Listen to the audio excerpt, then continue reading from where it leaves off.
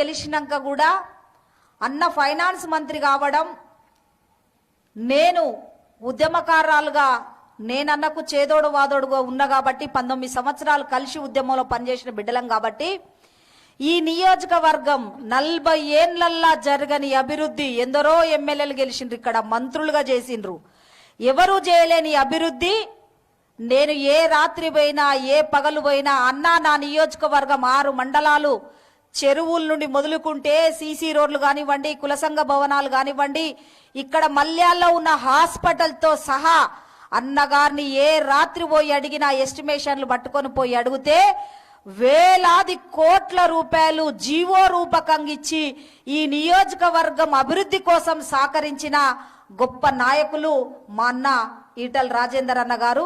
ఈరోజు నియోజకవర్గంలో అభివృద్ధి జరిగిందంటే, ఇవాళ బొడిగ శోభక్క అభివృద్ధి చేసిందంటే నా అభివృద్ధి వెనుక ఇవాళ ఈటల రాజేందర్ అన్న ఫైనాన్స్ మంత్రిగా ఒక శక్తిగా నాతోని పని చేయించిండు మా అన్న. ఇవాళ ఈటల రాజేందర్ అన్న అంటే కల్వకుంట్ల కుటుంబము భయపడుతుంది. బీజేపీ పార్టీలోకి పోయి ఇవాళ బీజేపీ పార్టీని లేపుతాండ్రు.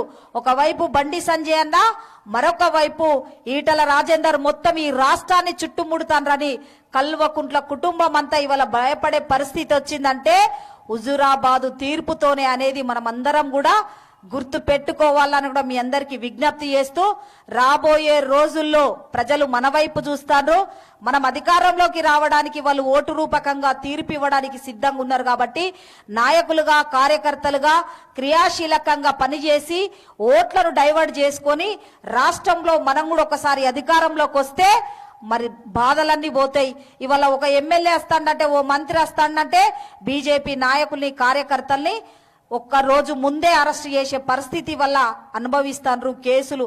అన్న వేమ్లవాడ నుండి ప్రయాణం చేసుకుంటూ వస్తుంటే ప్రతి గ్రామాన అందరు ఆపి, అన్నా మా మీద కేసులు, మేము కోర్టు చుట్టూ తిరుగుతున్నాం, మేము ఇవాళ బీజేపీ కండువ వేసుకోలేని రోడ్డు మీదకి రాలేని పరిస్థితి తీసుకొస్తాను రా అన్నాన్ని ఇవాళ కార్యకర్తలు నాయకులంతా కూడా అన్న కాన్వాయిని ఆపి మీరు మాకు ధైర్యాన్ని ఇవ్వండి అన్నా అని అన్నను అదే అడుగుతున్నారు. మొత్తం జగిత్యాలకు చేరుకునేంత వరకు కూడా అందుకే లేట్ అయింది. అంటే కార్యకర్తల్లో ప్రజల్లో ఉంది కాబట్టి మనం అందరం కష్టపడి వ్యక్తి కోసం పనిచేయద్దు, పార్టీ కోసం పనిచేయాలి.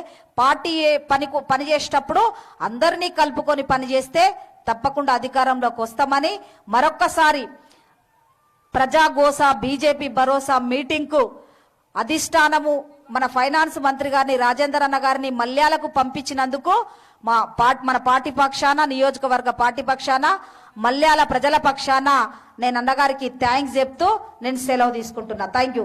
హాయ్ ఫ్రెండ్స్, మా టుడే టుమారో యూట్యూబ్ ఛానల్ చూస్తున్నందుకు చాలా థ్యాంక్స్. మరిన్ని లేటెస్ట్ వీడియోస్ కోసం వెంటనే సబ్స్క్రైబ్ చేయండి. అలాగే ఈ బెల్ ని కూడా రింగ్ చేసేయండి. మా నోటిఫికేషన్స్ అన్ని మీ మొబైల్లో వస్తాయి. అలాగే మా వీడియోస్ మీకు నచ్చితే లైక్ చేయండి, షేర్ చేయండి, నచ్చకపోతే కామెంట్ చేయండి.